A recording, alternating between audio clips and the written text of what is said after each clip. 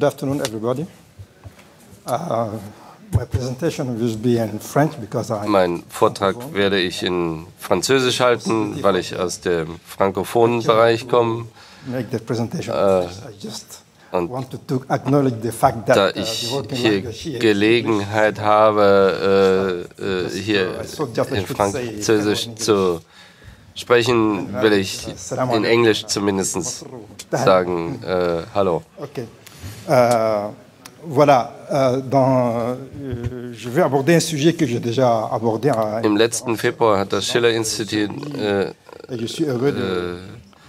eine Veranstaltung durchgeführt und bei der Gelegenheit habe ich einen Vortrag gehalten zu einem Thema, den auch Herr Hossein Askari erwähnt hat, nämlich die Entwicklung des Projekts zum Wiederauffüllen des Tschadsee, der dem Tschad den Namen gegeben hat. Avec les BRICS, un système gagnant-gagnant. À cette occasion, j'avais fait un exposé sur le projet de remise. Ich habe da einen Vortrag gehalten über ein wichtiges Projekt zur Revitalisierung des Lake Tchad mit Wasser aus dem Kongo. Becken. Ich will hier nicht die Details des Projekts darstellen, das habe ich im Februar getan, aber ich möchte hier kurz zusammenfassen, worum es darum geht und was die verschiedenen Kontroversen sind, die um dieses Projekt sind. Diese Einwände sind oft ein Thema bei vielen großen Projekten und à l'ère des BRICS. Donc la brève présentation du projet. Est-ce qu'on peut lancer Ich will also kurz das Projekt vorstellen. Voilà, donc hier haben wir die Karte. En haut, l'angle droit, c'est la carte de l'Afrique. Sie sehen rechts die Lage, Karte von Afrika und der kleine blaue Punkt ist der Tschadsee. Und was Sie im Blau sehen vom Konto ist der Kanal, über den das Wasser vom Kongo zum Tschadsee gebracht werden. Und die gelbe Farbe, das sind die von dem Projekt betroffenen Länder. Das ist etwa ein Viertel der Oberfläche von Afrika. Davon würde davon berührt. Früher war der Tschadsee einer der größten der Welt. Sein gesamter Einzugsbereich war fast 2,4 Millionen Quadratkilometer. Und das aktive Becken heute ist nur noch 1 Million. Es ist eine Quelle für Fischerei, Landwirtschaft, Viehhaltung für etwa 30 Millionen Menschen. Die Anliegerländer sind Tschad, Nigeria, Kamerun und Nigeria. Und Niger. Und im Einzugsbereich liegen außerdem Libyen, Sudan, Zentralafrikanische Republik und auch Algerien. Es gibt eine Organisation, die Tschadsee-Kommission, Tschadsee-Becken-Kommission. Und das Besondere an diesem See ist, dass er genau am Rande der Wüste liegt. Es ist also sehr wichtig für diese Region, in der Wasser ein ganz wichtiges Problem ist. Das große Problem ist, dass der See verschwindet. In 1963 hat er 26.000 Quadratkilometer und jetzt hat er nur noch 2.000 Quadratkilometer. Er hat sich also für ein Dreizehntel geschrumpft. Er könnte möglicherweise ganz verschwinden. Au début des années 80, Anfang der 1980er hat ein italienischer Ingenieur, Marcello Vicky, die Idee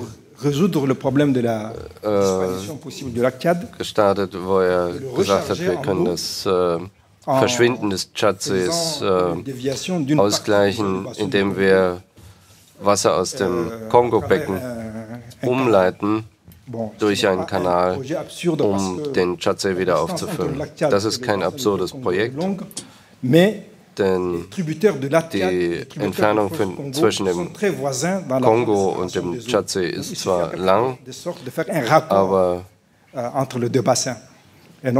es ist relativ dicht an dem Punkt, an der Wasserscheide, sodass wir also nicht einen Kanal bauen müssen vom Kongo bis in den Tschad, sondern nur bis zu dieser Wasserscheide. Das Projekt erhielt den Namen Transaqua, Transport von Wasser. Aber seit den frühen 80er Jahren hat sich eigentlich nichts getan, weil die beteiligten Länder das Projekt nicht finanzieren konnten. Und es gab nur eine vorläufige Machbarkeitsstudie, aber es ist noch nicht detailliert ausgeprüft worden. Die Konferenz des Schiller-Instituts, da hatte ich also vorgeschlagen, dass die BRICS-Staaten, wenn es nicht auf anderen Wegen finanziert werden konnten, dieses Projekt fördern könnten. Ich will heute über die Einwände dagegen reden. Es wurden einige Einwände vorgebracht, nicht nur gegen den Tschadsee-Kanal, sondern auch im Prinzip gegen fast alle Probleme. Es gibt Wissenschaftler, die behaupten, dass der Tschadsee gar nicht austrocknet, obwohl das deutlich sichtbar ist. Wir haben gesehen in der Vergangenheit, dass er immer wieder mal weitgehend ausgetrocknet ist und dass er dann aber wieder aufgefüllt wurde. Und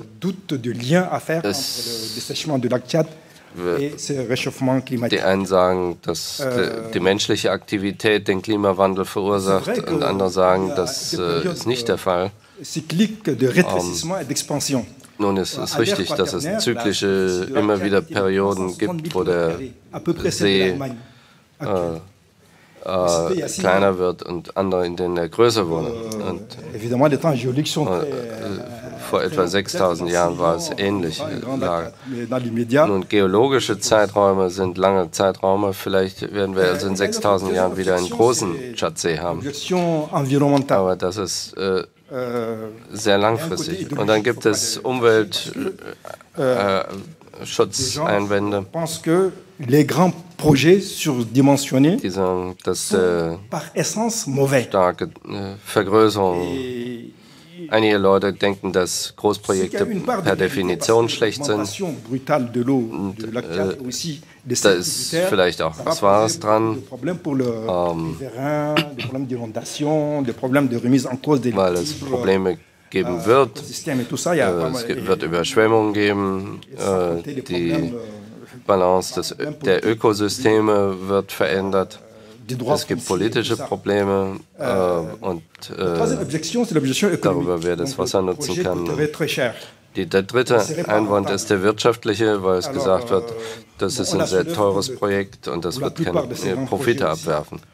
Dieser Einwand wird bei fast allen großen Entwicklungsprojekten vorgebracht. Das wurde aber sogar schon vorgebracht, bevor wir überhaupt wussten, wie viel es kosten würde. Da gab es Leute, die sagen, es wird zu teuer sein, obwohl sie gar nichts wissen. Denn in den 1970er Jahren, da gab es den weißen Elefanten, die Prestigeprojekte, die keine Profite abwarfen.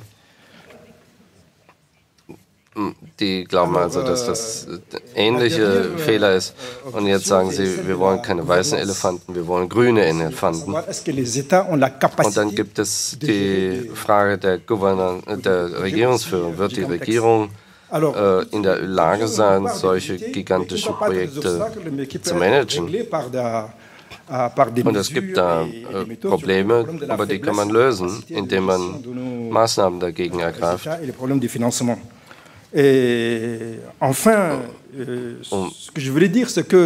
Bei der Finanzierung. Das System der Hilfe, das wir bisher hatten, reicht nicht aus, um solche Projekte durchzuführen. Und mit der Finanzkrise in den Geberländern sieht man nicht, woher das Geld sehen kann. Aber Professor Vicky hat festgestellt, dass die Konflikte in Afrika ungefähr 20 Milliarden pro Jahr kosten in Afrika, aber das Tschadse-Projekt würde etwa 2 Milliarden kosten. Das würde also nur etwa 10%. Die BRICS würden damit den Menschen nicht nur helfen, sondern sie würden die gesamte Umgebung wieder aufbauen.